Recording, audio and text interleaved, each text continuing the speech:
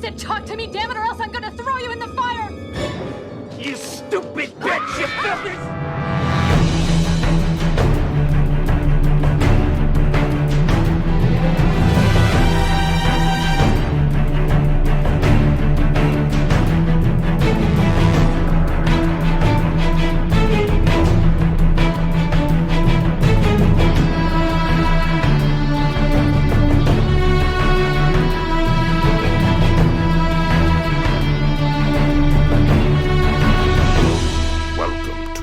Flyover State of Fear.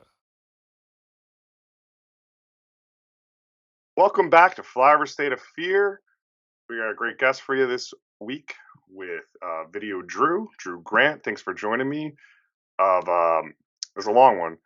Why are we like this? Live in the dark. She writes for Fangoria. Video Chronic Pop Culture Quiz. Garmin Showaza with guest of the show Lon Harris. And most importantly, recently followed by John Cena on Twitter. Yo, you heard about that, huh? I listened to your episode with Lon, and I was like, okay, John Cena. Everyone's so this is a big salty. get. Yeah, everyone's so salty about that follow. Everyone's like, well, I'm sure he just follows everyone, or it's a social media person. I'm like, don't be mad just because I tweeted the Peacemaker finale was good and John Cena followed me. Don't be angry. He might. How's it going, Drew? It's going pretty good. It's been a pretty good week as weeks go here in the nothingness. But I'm really excited to talk about this movie because it is one of the best discoveries I think of this year.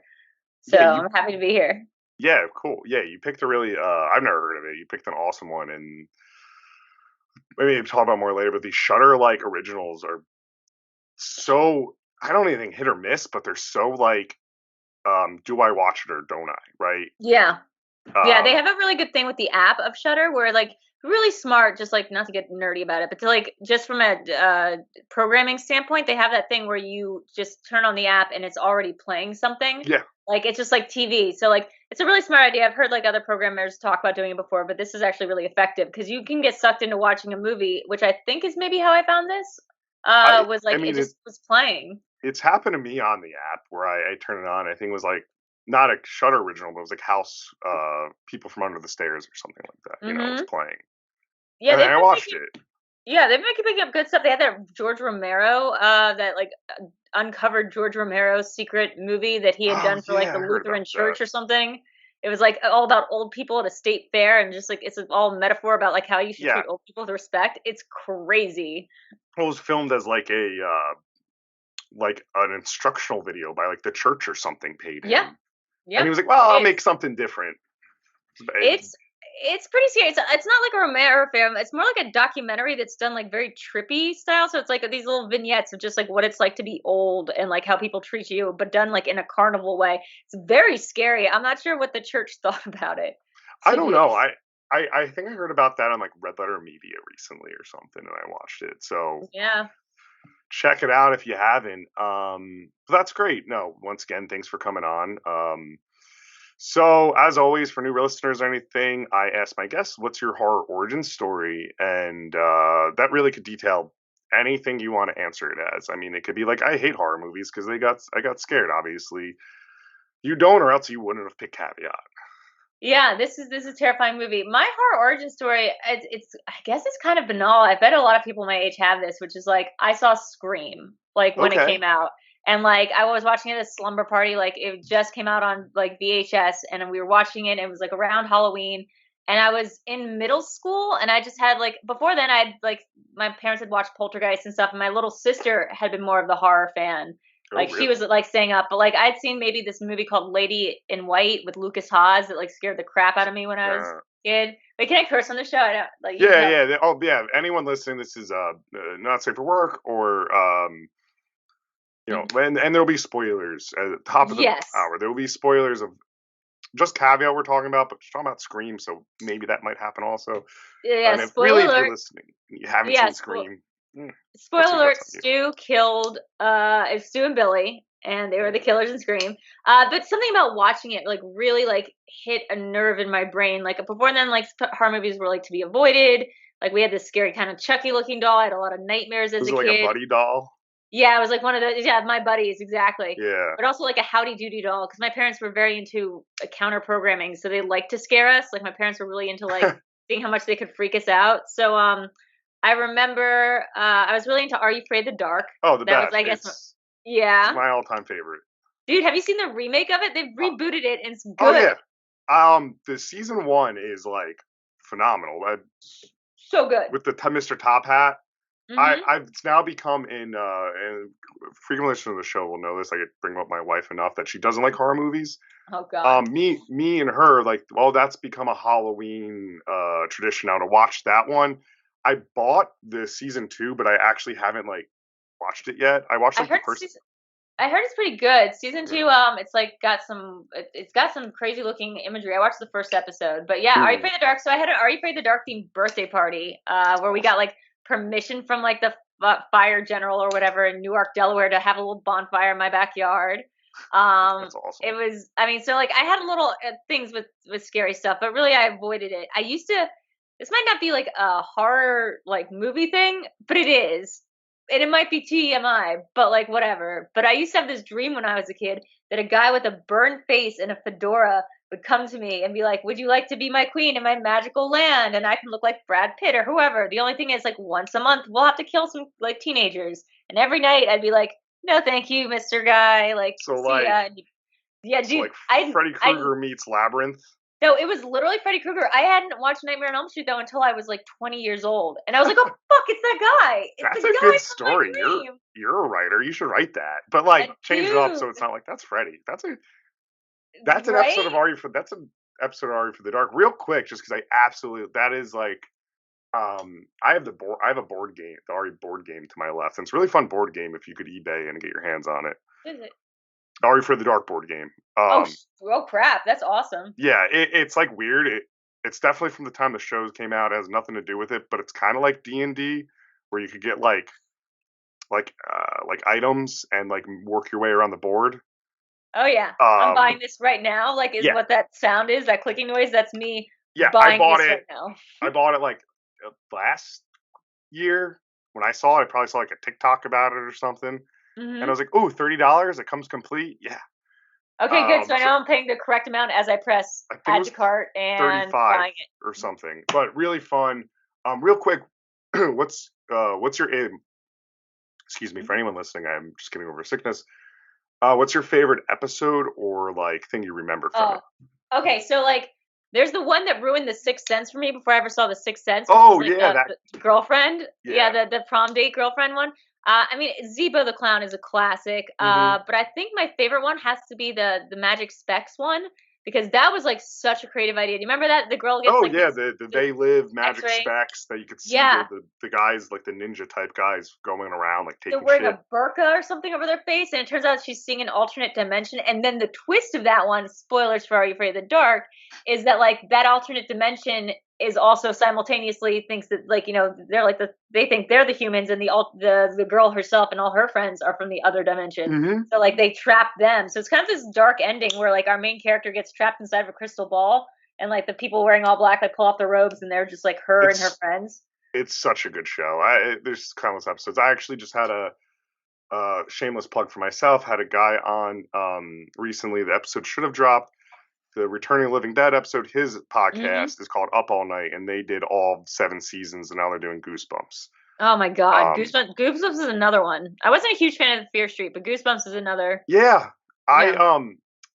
just enough. If you are looking for that itch, I watched it all last year because I really liked child like anthology horror. There's the Our Haunting Hour.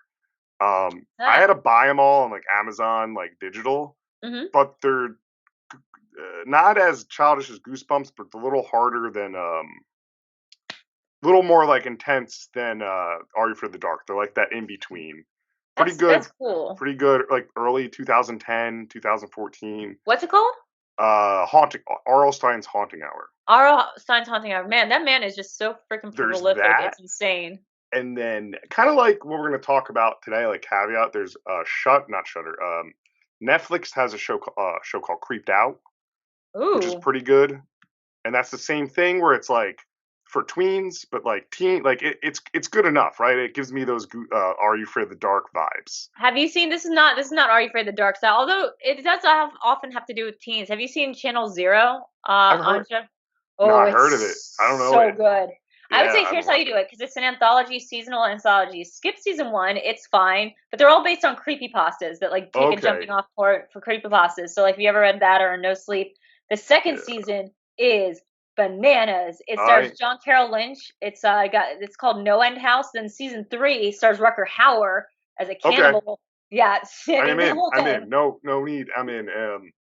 That's like that's my shit. Perfect. Awesome. I'm Channel Zero. I've heard of it. I haven't looked it up. So I will be watching that. But no, that's awesome. So that makes complete sense. Like the Scream to Are You Afraid of the Dark kind of lineage.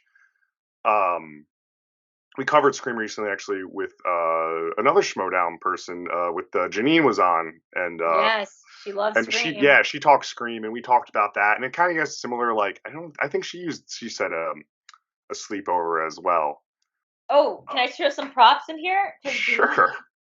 Janine, I just picked this up. Oops, sorry, this one. Janine just sent me this. This is I'm one of her patrons, so she sends me like art every month. Oh, it got green screened out. So good though. It's basically Ghostface, but his deal is he's holding a taco, and it's called West Cravings. It's so good. Her artwork's so good. She's a genius. She might actually be a genius. I'm gonna turn this off, and we're gonna check this out. Okay, so wait. There we go. Right? Yeah, I might have got to buy me one of them from her shop. So, but no, it's just funny the parallels, because been doing asking people this question is kind of depending on like age groups, and I've only really talked to everyone within the same like 10-year range. Let's just say for the most part, it's like the same movies and similar stories. So it's always interesting to kind of hear like the Ring's a big one for like that one was terrifying. I saw that in theaters with my dad, and we were like gripping each other like, oh my god, this is so scary. But you actually did something for this episode that so this is about, we're I think 20 episodes into me doing this show, and you picked the first movie that I actually got creeped out by. And I watched it today. This is end of February. I watched it today, middle of the day. And I was like, towards the end of the movie, and we'll start talking about it, like kind of looking around and like getting like tense about it, which has not happened too much on this show. Not because I don't get scared, because the movies we've covered have really been stuff I've seen or nostalgia. Yeah. I mean, I would say that this movie this is exactly why I picked it, because it's not that many people have heard about it, and it's the scariest thing I think I've seen, like as a visceral experience. Like I was more scared, or as scared watching this as I was watching The Ring, which I think was like the last time I was like truly scared in a horror movie. Like where like I felt like I saw it at like very late at night, and I slept under the covers. Like my head was under the covers all night. I was so scared about seeing one of the images in this film. So before we started talking, you said I had a viral tweet about this movie, and I turned off Twitter, but you just described that. You were like, it's 5 a.m. and I'm under the covers. You got to watch this movie. Yeah, I called it the most effective horror movie of all time, because it truly is. It's like, what, 80-something minutes? It's 80 minutes. Yeah, 88 minutes, 80 really, because I don't know how long the credits ran for. And it's effective. Like this movie was very clearly like a micro budget film, and yet it's one of the scariest films you'll ever see. Like, and it's not found footage. It's nothing like that. It's just like it makes such good use of space, and it's so pragmatic about like the scares that it uses. Like it works mostly like a thriller for most of it, and then there's a couple things at the end that are just like the most scary images because you're not expecting them. The lighting, it's all like so. Oh, but you nailed it, because the last time I had that, where I'm in my back room where I record and I work all day, and I like kind of all right, I'm ready to hang out on the couch, like I just gonna want to be around, was I stayed home. Weirdly enough, I stayed home sick to watch Hereditary, like when that was released on DVD. Like, let me pop that in. And by the time like my wife came home, I was like, oh, thank God you're home. Yeah, Hereditary is pretty scary because the ending too. But I'm saying like this is more like. Oh, should we get into the plot of it? Because so So I like to read, and it's half the time it's right, half the time it's not. I like to read the synopsis that you find on Google, and Cool, this let's is do it. one sentence. The movie's Caveat for anyone wondering. Caveat by Damian McCarthy. Yes. He's awesome. A desperate drifter suffering from partial memory loss agrees to look after his landlord's psychological troubled niece in an isolated mansion. Yeah. So, I mean, that's pretty accurate. And I've been comparing it to Scream, actually, because Scream, when I had the episode with Gene, it's like classic horror movie that changed the genre from the 70s or from the early 90s. Sometimes they work, sometimes they don't. That is this movie. And full disclosure, Drew, when you said I want to do Caveat, I Googled it and I just saw the poster with the bunny that's behind you. And I thought, I didn't know what it was. I didn't know if it was this, the new term elevated horror. I was like, based off that bunny, my first thought was, oh, this is gonna be like some puppetry, maybe like meta movie. I just thought in my head completely stop motion, maybe, yeah. Yeah, like a Bad Milo or something like that. Yeah. And it's not. But it's the pet rabbit's like weirdly the rabbit, which is like a central image in their marketing, is like kind of like a red herring. Like everyone afterwards who saw the movie was like, "Oh, I want to know more about the bunny. Like, what the hell is Bunny's deal?" The bunny is just sort of like it's not creepy. even like a MacGuffin. It just exists in the world. It's just a prop. Like it's just creepy. Just a creepy prop. I mean, there's debate about like who. Me and Lon have gotten into this about like if there is a presence in the bunny and what it can stand into, but. To piggyback on that description, like if I can just give a short description myself that I feel like will help before we get into spoilers, like hardcore.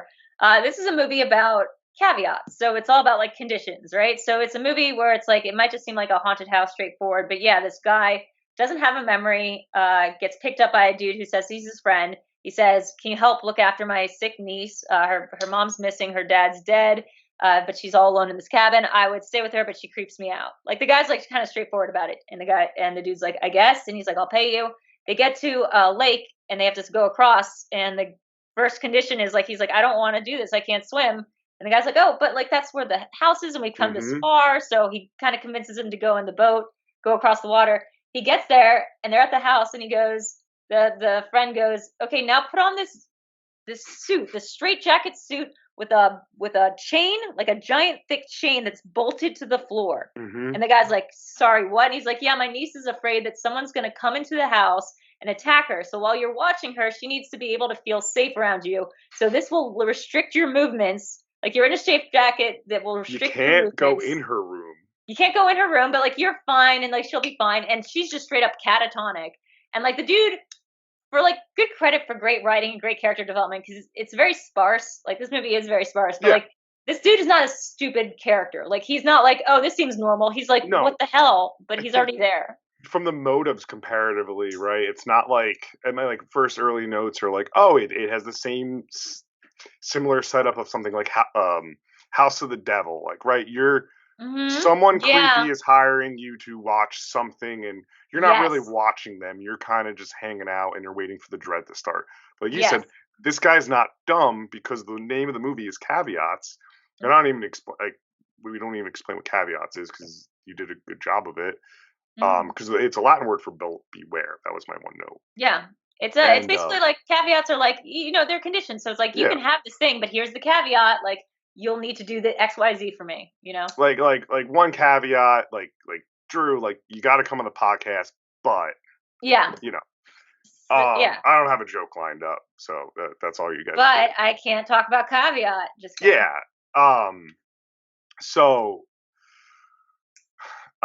But yeah, it really starts off that way, and like it's so like him is so dirty looking too. So also my first kind of. I hate that I did this. I also like recasted the people of who they look like to be in real life. Is it Rickety Cricket from Always Sunny in Philadelphia? It is Rickety Cricket. It's the first one. Slash. This one's a bit of a stretch. I think it's the eyes. Daniel Radcliffe. Oh, a little bit Daniel Radcliffe. I could see that. But it is Rickety Cricket. It is Daniel Radcliffe. And then I hate to do this because I'm sure he's a friend of yours. And that's Isaac. And then the brother is. So this is his friend who is brothers. Guy who's now dead. It's Ben. Ben, it looked like a older, receding hairline Hal Rudnick. Oh my god, he does look like Hal. I was trying to figure out who it is. He does look like Hal. And I Oh my didn't have gosh. anything for Olga. She kind of looks like, God, who does she kind of look? Now I'm gonna play this game in my Yeah, I head. play that game and it kind of like, it didn't ruin the movie for me, but the Rickety Cricket thing like immediately hit. So much so that I was like, is Rickety Cricket British? And like maybe it's so like I actually had a Twitter conversation with the main actor too, and I was like, do you happen to watch It's Always Sunny in Philadelphia? But I didn't want to be rude because the character of Rickety Cricket is, of course, by nature the disgusting. most tragic character in television history. Yeah. But I do like in my headcanon, this is what happens to Rickety Cricket. Like if he like takes a trip, like he goes to London and he just gets sucked into like some even crazier scheme. He'd be like, into it though. Harold. Like, oh, that hole? I know what to do. He's eating that rabbit. He's eating that rabbit stew. So I forgot to set up a couple more things before we this is all the setup. This is not even the spoilers. So the guys, the girl, what is her name? Olga? Her it's uncle. 3 names. Ben, Olga, and Isaac. Isaac is her uncle. Isaac says that he's like his Ben's friend. Ben doesn't remember him because Ben has short-term memory loss. So he's tied up now, or like, kind of constrained, restricted. We know that her dad is dead and the mom is missing. And then she kind of goes into these catatonic states, which is how we meet her. She's like, Ben puts a lampshade on her head, and it's like, it was so weird. Oh God, it's like he's like immediately you're like, oh, this guy's like kind of the worst, but you kind of almost believe him because he's not trying to hide the ball that he's the worst. Like he's not trying to like hide anything. It's seemingly he knows the worst. Like, so I that's the actor's name. It's Mo. It's just how Wiki wrote. His name's Mo. It's how Wiki wrote it out, and I was reading it very dyslexically. So it's Mo.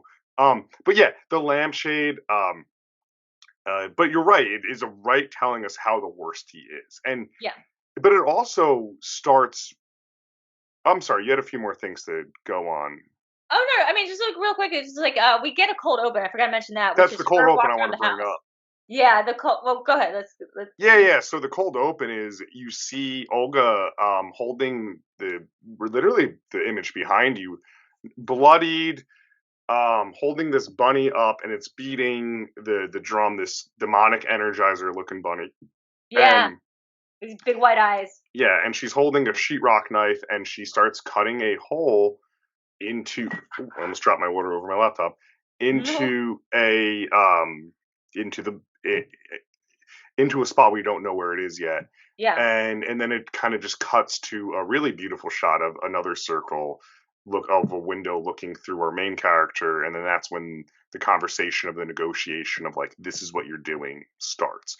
Yeah. And one thing that's weird about it to me is like, we don't really get that. Like that to me was like, oh, this is the end of the movie. That's how I read it. And then that's how a lot of movies do it. This is like, let's see how we got here. Because the blood, I think the blood, and then like, but no, it's just a creepy way to open a movie, and it does really make you think that that bunny has a lot more to do with it than not. Well, yeah, she's using the bunny like a diviner rod. So she'll hold the bunny up, and like it will be quiet, and it won't tap on the drum, and then she'll put it like towards another area in the room, and it will start beating its drum. So we already know that like it's got some sort of it can like sense presences. So it can sense if something's going on, or it can sense something that she's trying to find. So she's like looking for something. And yeah, the sheetrock, the knife, these are all going to be important things later. But I mean, the bunny is a very creepy. It's not quite a MacGuffin, but it's this very creepy, like almost like SCP object that doesn't. You can make speculation about what the bunny is. A lot of this movie works because the backstory isn't that fleshed out. They give you little glimpses of what has happened. Yeah, it's kind of like maybe not too much, but it kind of like reminds me a lot of like Black Phillip and the Witch, right? Yeah, like that's there. It's creepy, but it really doesn't do much at the end of the movie, right? It's just a thing to base everything around. Well, right, and you don't need to know its origins. Like, you can speculate that it's the ghost of the dad, or you can speculate that it's the ghost of another character. But like, at the end of the day, it's almost Lynchian. Sorry, that's you. No, you go with the Lynch. It's a dream image. Like it functions the way something does in a dream. Like, which is that it works. It's not quite sentient, but it's not. But it does have a mind of its own. So.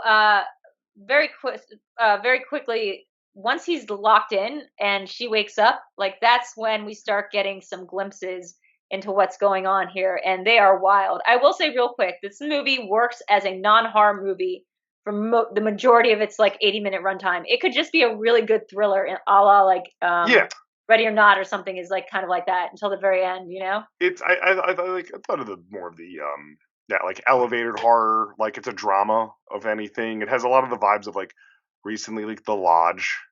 If you Yes, saw Lodge that, is a great right? example. Yeah, maybe you're right. So maybe horror is still what it would Well, be. it's But thriller. I on this show, I mean, like I consider horror thriller. Like I not don't supernatural is what I guess what I mean. know. It wouldn't need to have a supernatural element, and it would still be very effective and very scary. However, because like she starts like getting weird and going after him. She talks about how her mom was crazy, and you see this horrifying flashback of her mom who had put her dad in that straitjacket thingy. Yeah, And you see that mom, and her mom looks like a that bloody loon, like face. just empty in the eyes. I've never seen someone so convey like just a emptiness like that. I'm trying to do it. I can't. She's like, So yeah, let's see if I can do it. She's like, yeah, it's like they're like the white and um one thing that's interesting is like you mentioned all that with the mom and the imagery is so I did read I know you did speak or interview the director as well. I did read one with him to kind of hopefully pull some facts out and like he was inspired by 3 movies and they all make sense of how this is filmed. The mm, Thing, mm. with just the use of darkness, Evil Dead 2, With kind of the way that she floats at that yeah. scene, yeah. And then one which I swear we see things like for a reason before we like do things because I haven't watched this yet, but it fucking creeped me out last like 2 nights ago on Twitter because I was like scrolling at 3 a.m. and the original Woman in Black. Oh yeah, the Daniel Radcliffe movie, or No, the no, one that's prequel. the TV movie. Oh, the original one that's based off of. Yeah, Yeah. yeah. So so that one, the only reason why I say that is because that's like the mother in that. There's a shot in it because someone tweeted about it the other night, and I don't know why. I clicked on it and I'm scrolling, and then the imagery of this woman that looked like a woman I saw in that movie today. Let me go.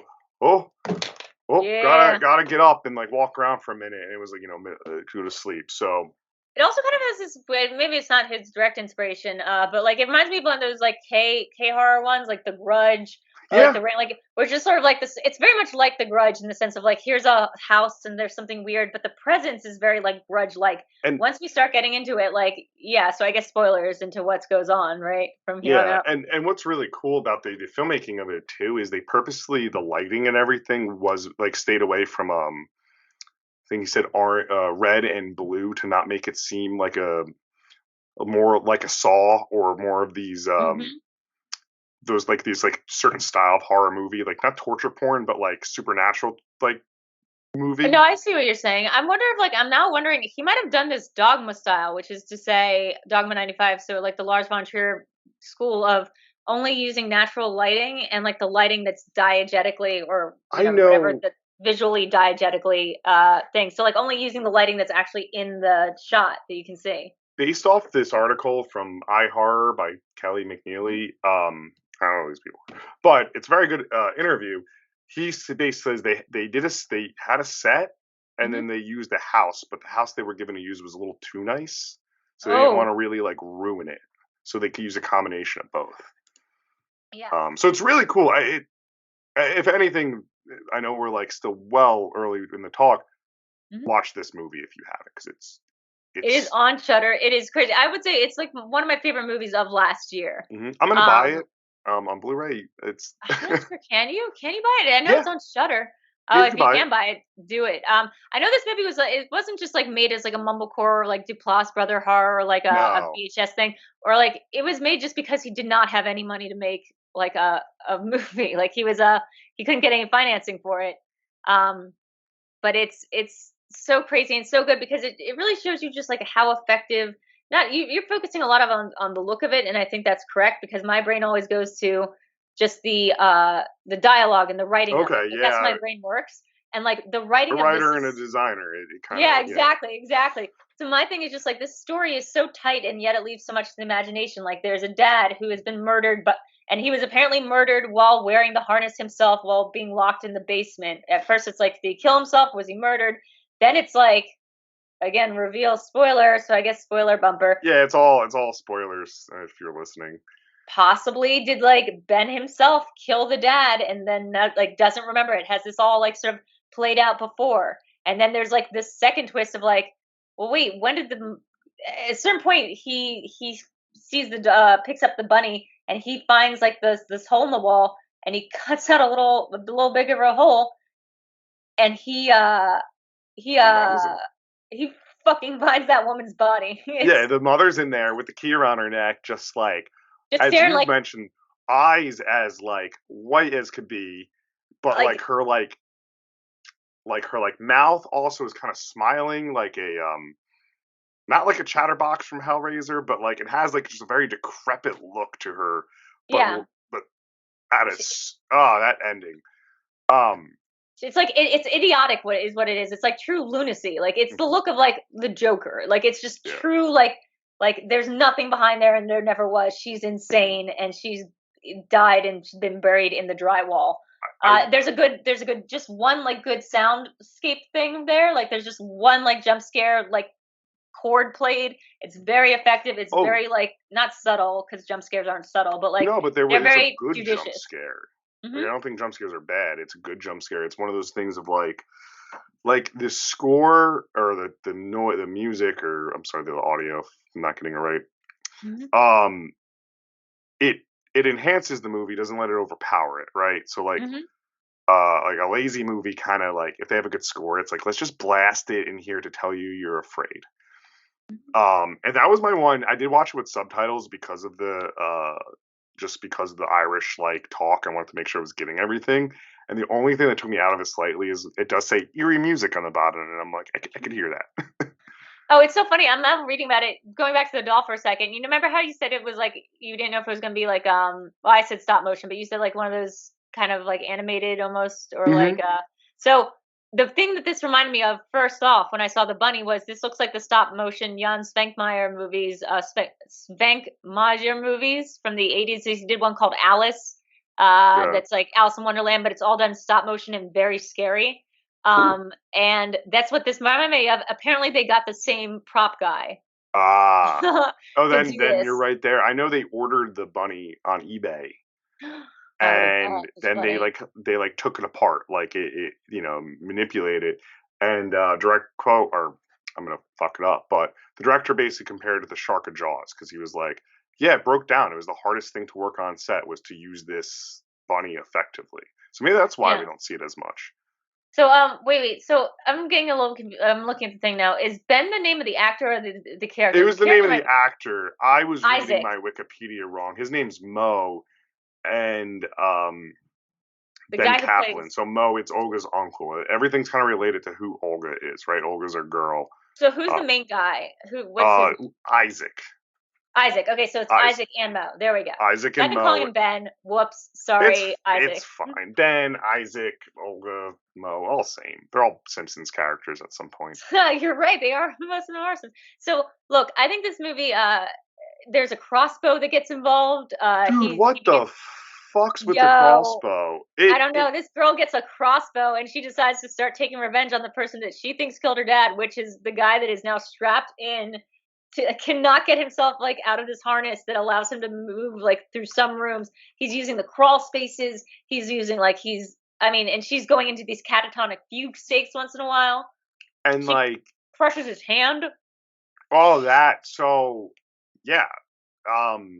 So a lot of this is just atmosphere. Like it sounds weird to say atmosphere and these things happen. Like the hand gets crushed, like, and that part, that was a little towards the end. So Isaac starts experiencing what he would think would be supernatural occurrences. And there's a dog, which I don't think they utilize as much. Oh, it's so cute though. It's like such a good metaphor. The only scene my wife walked in on, she goes, "Oh, a dog." Oh, like, she goes, "Oh, hello," and I go, and afterwards she goes, "How's that dog?" And I go, "Oh, he wasn't really in the movie, but he didn't die, so he didn't die. He gets out. He's good." Mm-hmm. So there's a dog. Yeah. So, but the scene where I think it all really kicks off, though, he gets all settled in.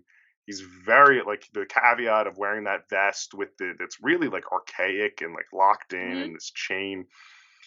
Almost like a saw torture device, but there's no. It's like one of those insane asylum straitjackets, but combined with like a harness. So it's like got a harness element. I think he does have his hands free, but He like has his hands free. He could. he's got his hands free, but he can't undo it himself. And then it's got this thick ass chain that's bolted to a place in the floor in like another room, and he can't even make it all the way into the bathroom. In the Like basement. he's stopped short. And so it really the supernatural kicks off of him sitting in this chair, watching the dog from the outside, and you get this back and forth, and you just see the chain start raising up, and then he looks back, and it's a lot of those like behind the shot. I hope it's not happening to me behind me, but this chain raising, and then nothing kind of happens, but he's disturbed, and that happens a few times. It happens with the bunny. Happens with the picture on the wall. Oh, I have a fucking story about that.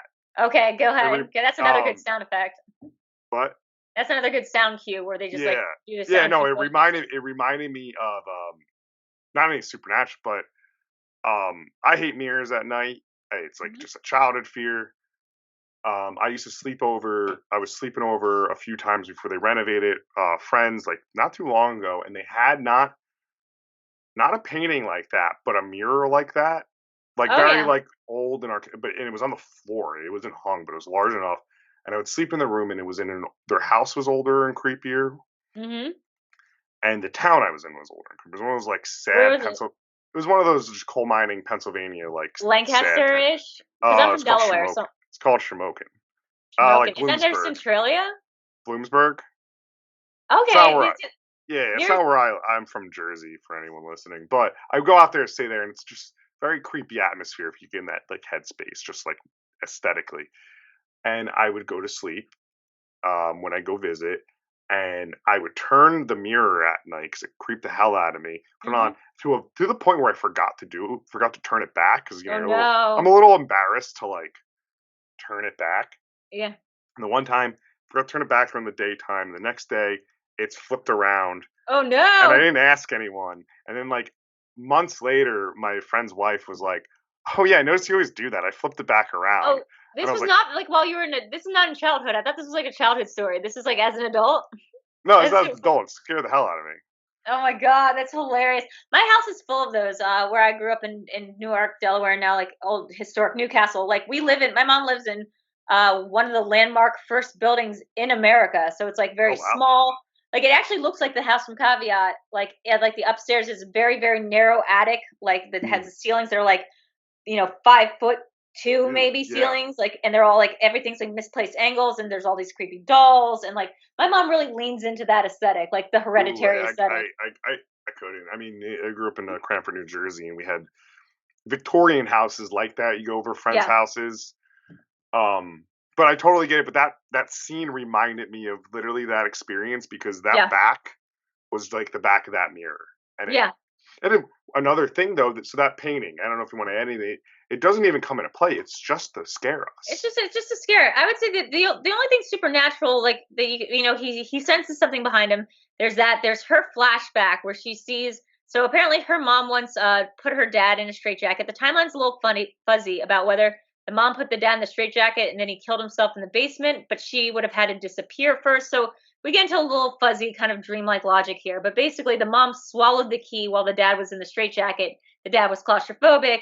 Something locked him down in the basement and he killed himself, but not before the mom went missing. The door's locked. That's like the door's locked. And so the idea is that Mo had hired Isaac to go and lock the door behind him, and with the idea that the dad's just going to kill himself. Like, why do that? It's because they killed the wife together and buried her in the drywall.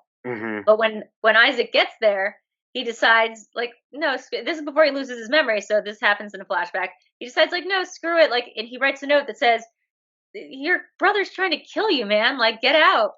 But the door's already closed. Like, somebody's already closed the door. So he, like, opens it, goes down, and finds the dad in some sort of way. He finds the dad, like, bleeding and, like, runs away. That's what it was, at least the visual of it. And it's strobing lights. It's very Lynchian again. Yeah. The crossbow's on the ground, and this is all told in like that third act flashback. Yeah. Reveal, because like we still have like, it's a short movie, but I'm like I've watched it. And I'd have to pause it. I'm like, okay, there's like 30 minutes left, and then really spend like the last 20 minutes explaining his like story. Mm-hmm. Because like he's already been shot in the leg. Because he gets shot by he gets his hand crushed. He's got shotgun. So now it's like him versus her in the house, and he remembers that he's been there because he finds his brother's jacket there, or like she brings up his brother's jacket. That's the big reveal. I thought she was lying at first. Like this movie did fool me in certain senses of like. So, yeah. So he's Isaac's just moving around. Like that's what he's doing. It's all he can do. He doesn't have a book, newspapers, nothing. He's just moving around. He God, he finds when he finds the mom dead though, he goes in and he calls Mo. No, what happens is he goes upstairs to her. Yeah. And she's wearing the jacket. She has the jacket because he's like, yo, your mom's down there. I think we found her body. We gotta call Mo. And they call Mo, and Mo's like, it's fine. Like, leave it alone. Like, I'll send somebody. We were saying the same thing. Yeah. Sorry. But then I was thinking the second phone call, which is like she brings up his jacket after she gets like this crossbow, and he's like, why are you chasing me around with the crossbow? Like, there's a dead woman in the basement. Like, what's going on? And she's like, you don't remember? And she pulls out his jacket, and she's like, you like killed my dad. Oh, then I didn't. I thought, yeah. And so then they call Mo again, and he's like, A, where are you? B, why'd you tell your niece that I killed her dad? And he's like, Mo's like, well, you did. And Mo in that call is more worried, like at least it sounded more worried about, what's Olga gonna do. Yeah. So that's one thing. This movie, I think was a good red herring. Is it? You think Olga's going to do some sort of like she's, we're harboring a werewolf or something like that, or that's what like my thought, or like she turns into like something crazy at night, and really she doesn't. That's funny. Yeah, I didn't think that was going to be it. I thought it was going to be that. I'm going to turn this on a little bit. Not too loud. Sorry. I thought it was going to be the reveal that like. That he lost his memory, but he was evil. Because like she seemed like a good person, if a little bit nuts, and like Mo seemed too obviously sleazy to be the culprit. He's a good guy. It turns out he didn't do the murder. Like he went to go help the guy, but he has to go down to escape her now because she's like gonna kill him with this crossbow. But she goes into these kind of feuds, so it almost becomes like an equal fight because he's limited in his range. And she like occasionally just has to like dip out like of consciousness and just go like still sit with her eyes closed, and that's why I think that's why I thought more so that it would be something not a werewolf. That's a little too extreme for this movie, but some sort of creature because of the way she went catatonic with her eyes closed and like things like that. Like I'm afraid of what's around me. Yeah, so she gets out at one point after he like finds out this stuff where he's like, oh, the guy set me up. He goes down to the basement, grabs the key because he remembers the story that she told about her mom having the key when her dad died. So there were two keys. So she grabs the key. He gets out, and then he realizes, he's on the freaking lake, and there's like nowhere for him to go. So he has to go back in the house. You sorry? No, it's pitch black. He's back in the house, and he can't swim. We know that because he was like, I don't want to go here. I can't swim. I don't know. He gets her into the straitjacket, and then we get into the craziest sequence of this movie. I think we can all agree. The craziest things that ever happened in this movie, and it's just very simple. Crawling through the crawl space, and the mom just like doing a subliminal pop up during the crawl space, and it's so scary. Like one of the scariest images I've ever seen in my life that will haunt me till I die is the mom. He's crawling through the crawl space. His legs all messed up. She's in the other room. He's trying to get out. My boyfriend pointed out that like he's shimmying in a certain way and turning a corner, which means he can't back up. Yeah. Like he can't reverse his motions because he's turned a corner and it's so tight.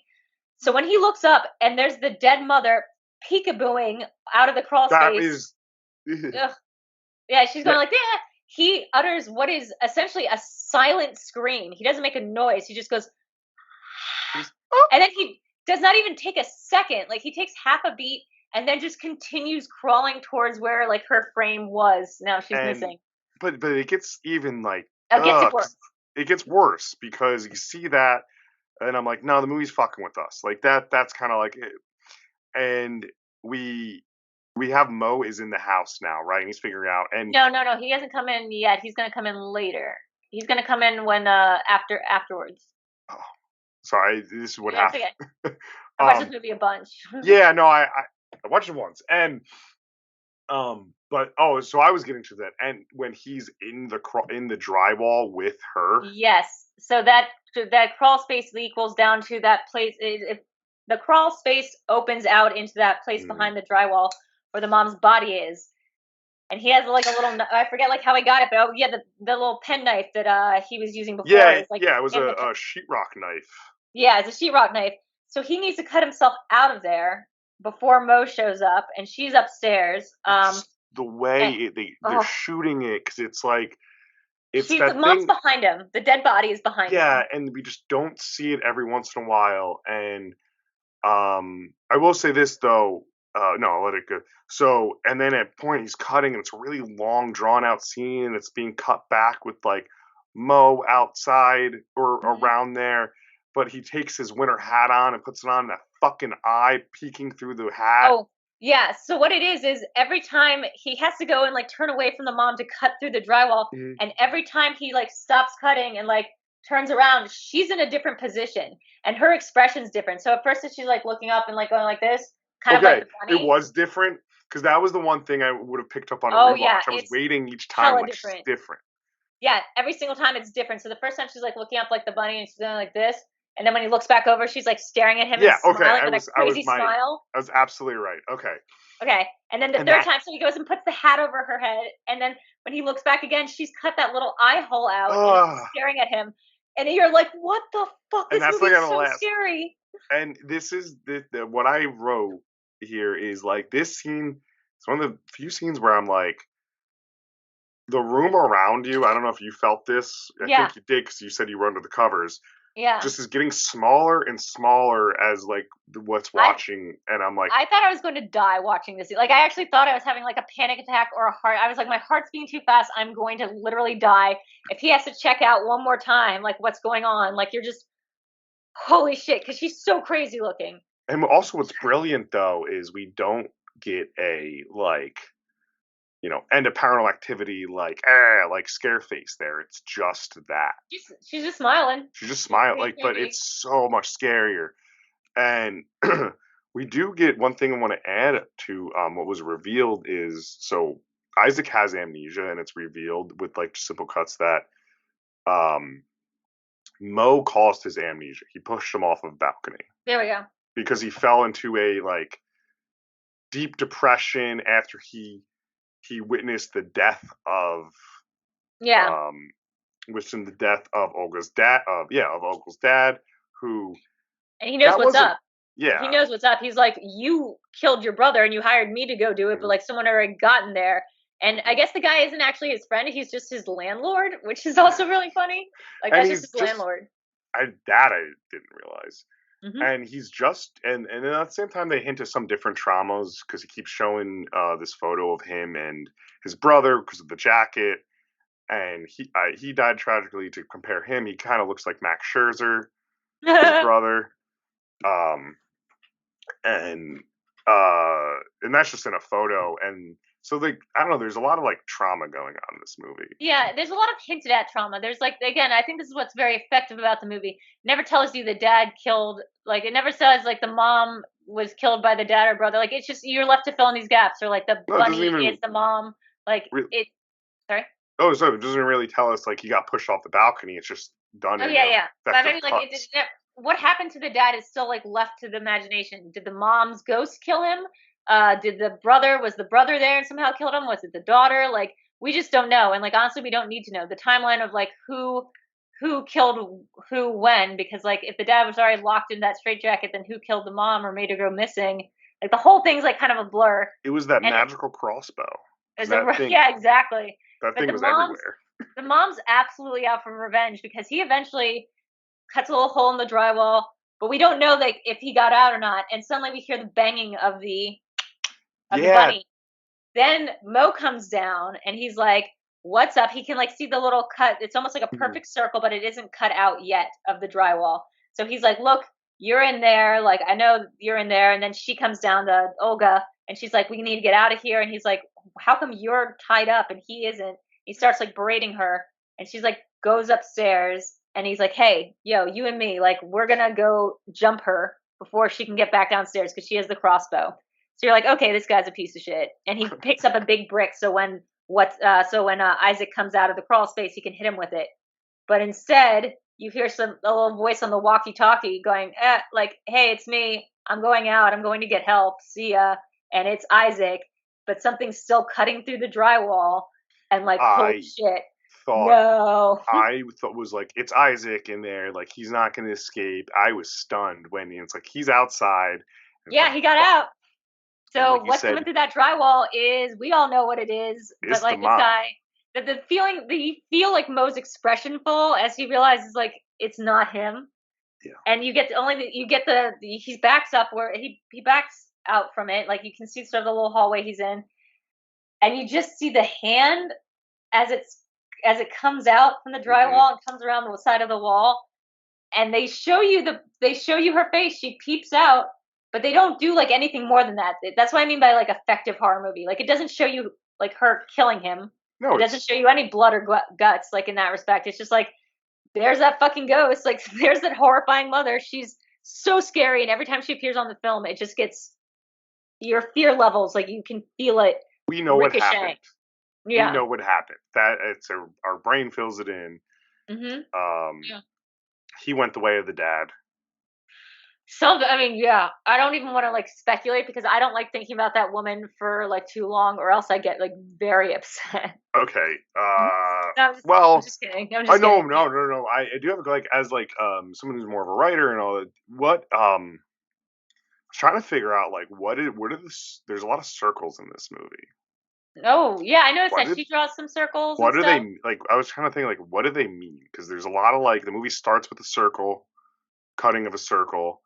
And then she draws a circle, like it almost ends with that circle imagery. Not exactly the ending, but I was trying to figure out. I don't know what it means. I was trying to figure out. There's some meaning there. Yeah, I don't exactly know what it is. I think it's just like it's brilliant imagery. Like again, I think it works as a very like Lynchian. I'll stop saying that word. Dreamlike surrealism, which is just to say that it doesn't mean anything in and of itself. It's not like symbolic of something. It doesn't represent something. It's just sort of like the feeling you get in a dream when you see something that doesn't make much sense. Or like, Spiral is a good Junji Ito graphic novel, and like the whole idea is just the town going crazy because they see spirals everywhere, and like the way the spirals start to affect their mind. I'd say the other thing that it reminds me of is he said Ringu was also a big inspiration for that. So that's like the ring and Ringu. Now if I show you this. Oh, fuck you. Fuck, stop. No. I hate it. Why? You hate it so much, right? I can't even stand the fact that it's like behind me on green. Drew. For audio listeners, I have put the mom on the back of my staring at me. She's looking, she's winked. Oh God, you had the wink. She's kind of like friendly. Like there's no lips around her too, so you just see all teeth. Woo! Why'd you do that? Then I just thought it'd be funny because I thought it'd be funny and scary. It was both. No, yeah, there. This would definitely be. I'm trying to get back on thought now. So the very ending of it though is. Isaac escapes and he's with the dog and he's out like further away from the chain can go, and Olga has the crossbow but she has the vest chain on and they're just looking at each other, right? Like, and then it ends. It just ends like after that because it's just like the idea is he's unchaining the dog, she's still chained in the house. And there's something like sad about Olga. Like we never get this. I never got the sense of like she seemed to love her dad. She seems to have hated her mom. Was she complicit? Like she also seemed like she had some weird plan that she had worked out with the uncle. So was he using her? Was she responsible for either of her parents' death? Is she really mentally ill even? Like what is going on with her? But we just see that final shot is she's chained into the house, and he's letting the dog out, so he's unchaining the dog. I think she's sympathetic. I don't I think like. so I don't. too. Like I said, I was like scared of like what the play of what they could do, but like the villain's Mo in this movie. The villain's Mo. The villain's also the mom. I mean, Jesus fucking Christ! Like whatever was going on with her, like I don't blame the dad and him for killing. Well, like, that. You go ahead. No, so the most animated acting scene is when she swallows the key. Like honestly, like nightmare fuel. There's not that many things that like upset me. Like in terms of like keeping me up late at night, giving me like panic attacks. Like in terms of like horror stuff, like I can handle pretty much anything besides like too much torture porn. Yeah. But we'll see how it'll affect me tonight. I think I would have been fine, and I think this last image to really look at it is I like what... need some air. I'm like, just because even thinking about it is like I don't know like how to express to you like this movie, if you haven't seen it, like this movie will haunt you because of this mother. It's it's creepy because I have to like recant an explanation I had when I first was 20 or so minutes into this movie. I was like, yeah, I'm watching a movie for the show, and I explained it as like, oh, it's like no way I would take that I would do that job for that much money movie like that like, and it's a lot the caveat. Yeah, it's a lot more than that, right? Because like $200 a day, I'd be like, I'll go shovel shit.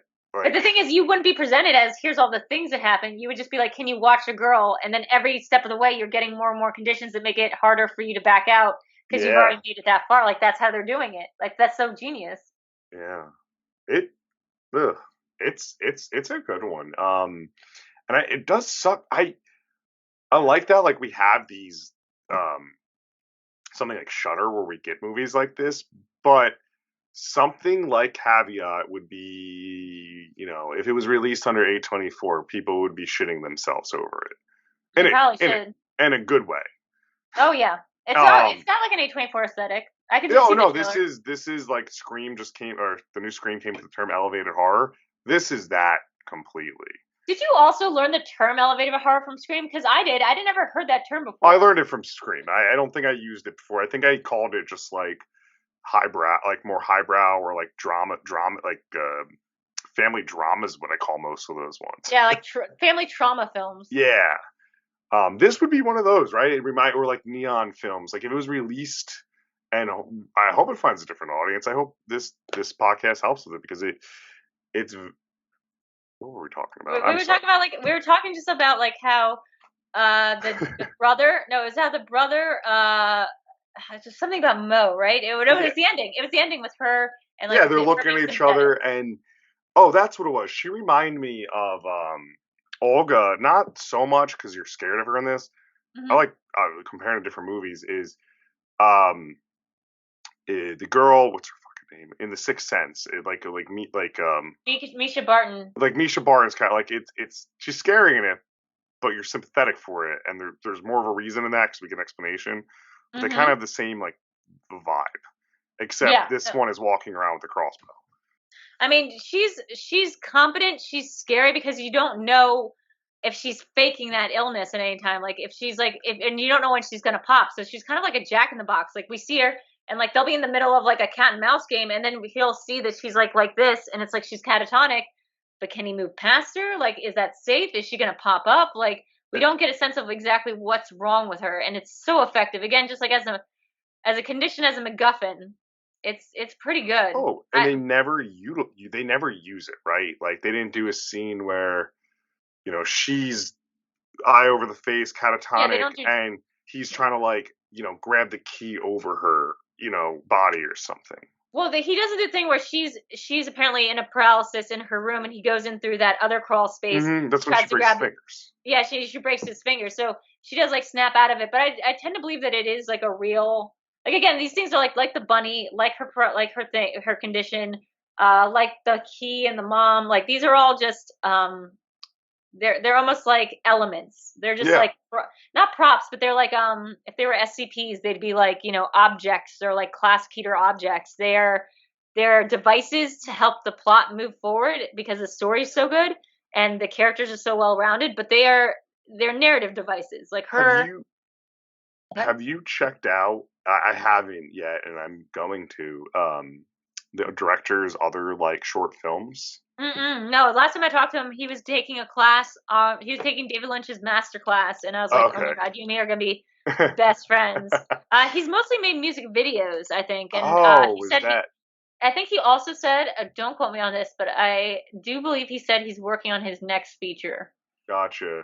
Because the article, like I said, I had found like the first sentence was like he had made a chilling number of shorts, and then there's a link to it, which is just his YouTube channel. So he has these like 10 5-minute shorts. And you know who did that a lot before he got big, or like who you can still find his shorts online? They've been collected. It's Ari Aster from Hereditary. Yeah. I didn't know that. Yeah, there's like, oh my god, I'll send you the link. It's like 6 really amazing shorts that he made like in college or right after college. One of them stars Rachel Bronowski. What's her name from Marvelous Mrs. Maisel? Brosnan. Yeah, Brosnan. First I thought they're going to say the model for a second. No. And he has this terrifying one that's so upsetting and disturbing called What's Wrong with the Johnsons, or Something's with the Johnsons. I will send you the link. It's so good. Yeah, because you always hear about like, David F. Sandberg being the one to have those shorts. I was into that shit. Like, I was into watching his stuff and Drew Daywalt's stuff back in like 2011, like when the internet was like brand new to this like YouTube stuff. They both started directing shorts during the writer's strike. So him and Drew Daywalt, who never actually broke out into doing anything big, like in terms of feature films, but he did do that kids book, The Day the Crayons Died, or not died, The Day the Crayons Quit, which became like the biggest best-selling I think my nephew has it. So that was made by a guy who makes short horror films that are like in the style kind of him and Sandberg were like contemporaries. But yeah, like I love the Sandberg stuff. That early like Lights Out shit is so good. Yeah. Okay. So I gotta check, but he has a few of those. So I hope he gets to do more stuff. I think this is a good calling card. Enough people saw this, I think, now. Like enough people championing this, I think. Cool. I'm gonna take that link. Yeah, that because what I was saying earlier, those Shudder releases are so like I don't even think I've seen a miss, at least from like this level of horror. There's been a few like horror comedies they've put out that I haven't been like huge on. I don't remember the name of it, so it's good. But they're usually pretty solid. I mean, this kind of reminds me also some of those Hulu had that like Turn Off the Dark series. The one that it was done by Blumhouse. Yeah, which was a little more polished. Not saying this isn't a polished movie because it's like very polished, but all those movies had like a very look to them, right? Well, the thing about the Turn Off the Dark, this is the thing I'm thinking about. The thing about the Blumhouse one is they were made for Hulu. Yeah. This movie was not made for a streaming service. It was acquired by it. So this was just made on the micro budget of like whatever. I could see Shudder totally investing in this guy if they were smart and like buying his producing his next film like a Moorhead and Benson kind of project that like Netflix would buy, But like, absolutely should. I mean, did you just be totally off topic? Did you happen to catch what was it called? Not Friended. Was it Friended or Unfriended? Not the one that was like Unfriended on Shudder. It was a Shudder movie. Oh yeah, that one. It was called Host. It was like 70 minutes also. Like this is 80 minutes. And it's like so tight. It's creepy. It uses what we all went through COVID perfectly without being like the worst. Yeah, it's also somehow they managed to make the found footage thing new again by doing it via Zoom. Yeah. Which is like, that found footage thing has been done to death, so much so that like we are now going away from it and going into what we call elevated horror as a response to that grimy like Blair Witch Project, like micro budget thing where people now want to see this almost artistic product in horror. Like they want to see, something that looks more like art, I think, and is more baroque. Not broke, but baroque. Oh, like, I know, yeah. So like people want to see that now. They want to feel like they are being like their senses are being overloaded, and it has an A24 aesthetic. Like we watch A24 movies because it has a certain look that we like. You know?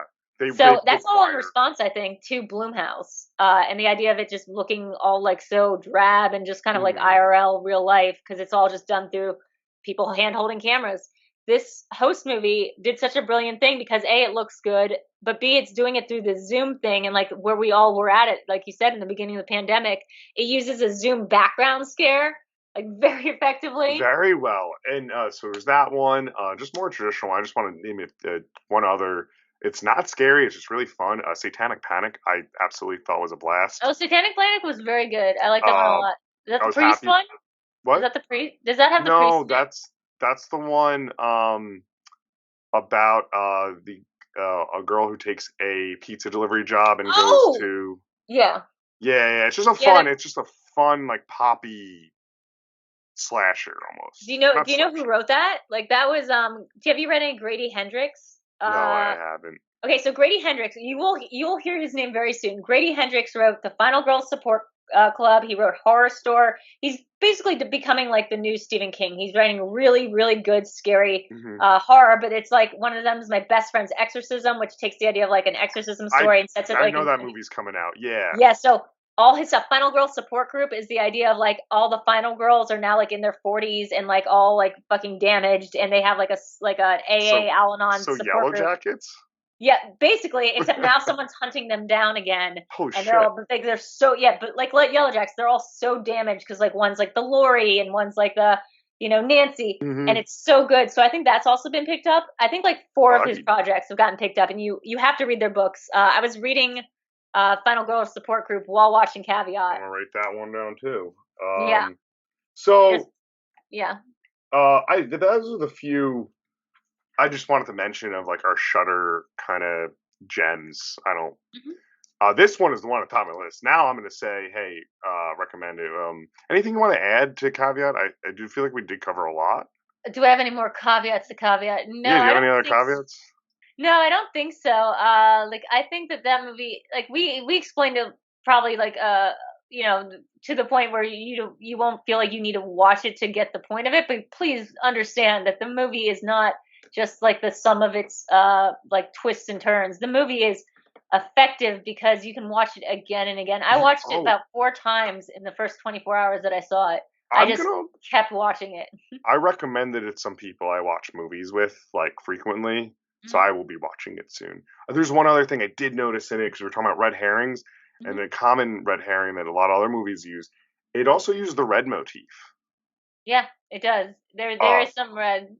Like if red's in the shot, that's kind of when something's coming, or at least that's what I was thinking. Like the tips of the arrow or the feathers of the arrow are red, and it's kind of the only thing you could see on the dead mother. The jacket's red, like so. That was one other thing. I was just thinking for a second of another movie that's on Shudder, or at least it was Is it Terrifier? It's not the clown one. So there's Terrifier. I should say I haven't watched them. But I know about them. There's the short, the movie that it's like in. There's a short movie. This one's called Terrified. Oh, Spanish movie. Yeah, Argentinian. Yeah, Argentinian. Sorry. Fucking that one fucked me up so good. Yeah, too. my brother-in-law. I haven't watched it. He won't. In his words, fuck that movie because it really scared him. Now this one isn't on Shudder, but I do recommend it as well. And it's on Netflix. Launcher this to me, but it's the most fucked up movie I've ever seen. Like in terms of like fucked up. Like you were like, oh, that's like ups, like almost like beyond torture porn. It's just like fucked up, but it also has like a really cool like cerebral element of like, oh, there's like another level of like cleverness that's being worked on here, involving like just some stuff. I don't want to spoil it, but it's a Turkish film called Baskin.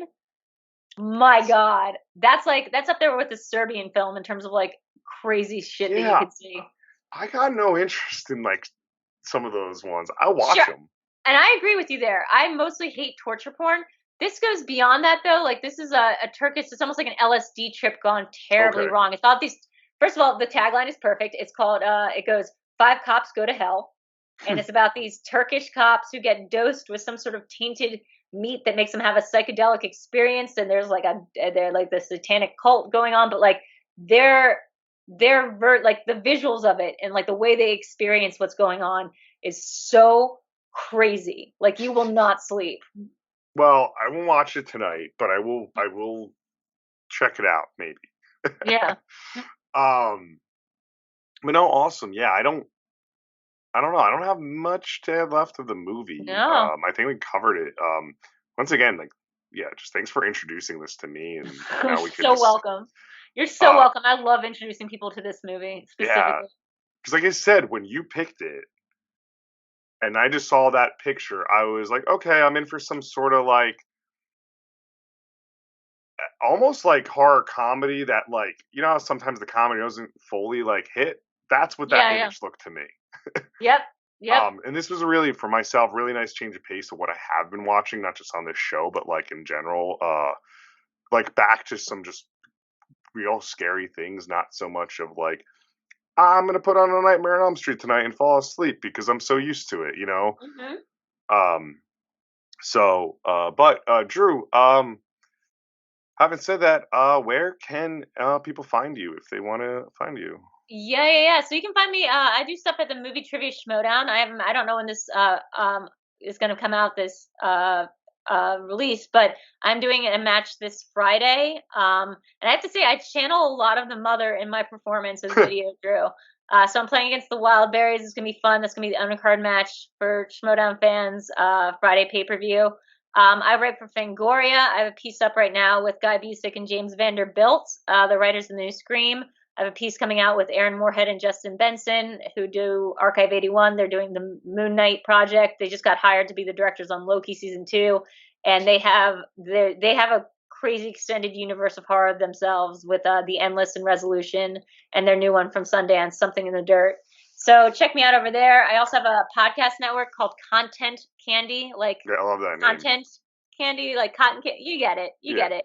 And then you can find me over at my YouTube channel, youtube.com/Videodrew. Basically everywhere is just Videodrew, one word. It's a great name. It's very like it. Videodrew. Yeah. But true. Perfect. I can't wait to check that stuff out and hope people check it out. You can find me. Well, you're here on the Flyover State of Film Network. All the recent fears, all the recent films. You can find me, I don't know, hopefully talking about baseball at this time on Twitter. And then you can mute me when I start talking about baseball at Chendinga1 and on our other Twitter for this show at Flyover Fear. All right. Stay frightful, everyone. Ooh. Welcome to Flyover State of Fear.